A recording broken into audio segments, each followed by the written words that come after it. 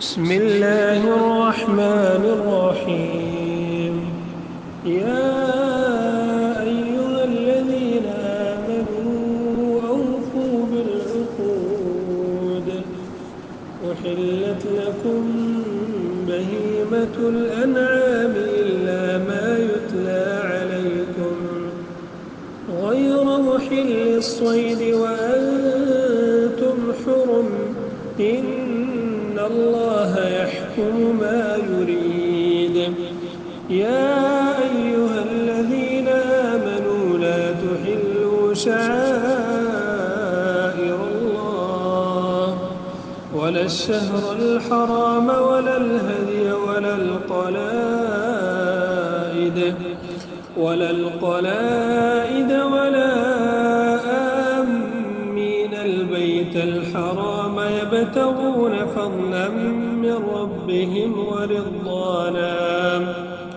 وإذا حللتم فاصطادوا ولا يجرمنكم شنآن قوم أن صدوكم عن المسجد الحرام أن تعتدوا وتعاونوا على البر والتقوى ولا تعاونوا على الإثم والعدوان واتقوا الله إن الله شديد العقاب. حرمت عليكم الميتة والدم ولحم الخنزير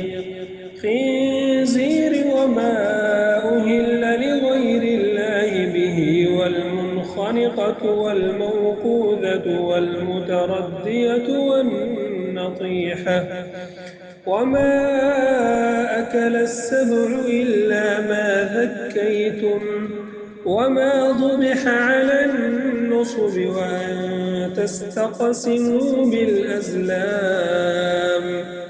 ذلكم فسق.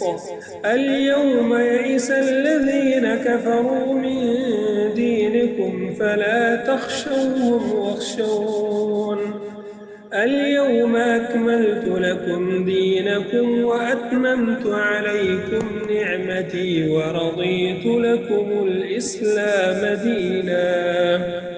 فمن اضطر في مخمصة غير متجانف لإثم فإن الله غفور رحيم. يسألونك ماذا أحل لهم قل أحل لكم الطيبات وما علمتم من الجوارح مكلبين تعلمونهن مما علمكم الله فكلوا مما أمسكن عليكم واذكروا اسم الله عليه واتقوا الله إن الله سريع الحساب.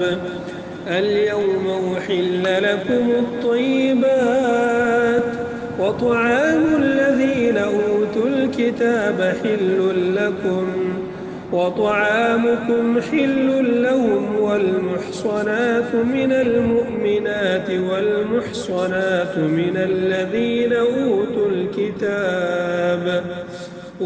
الكتاب من قبلكم إذا آتيتموهن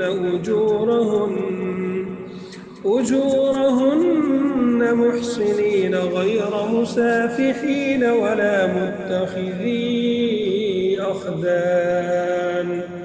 ومن يكفر بالإيمان فقد حبط عمله وهو في الآخرة من الخاسرين.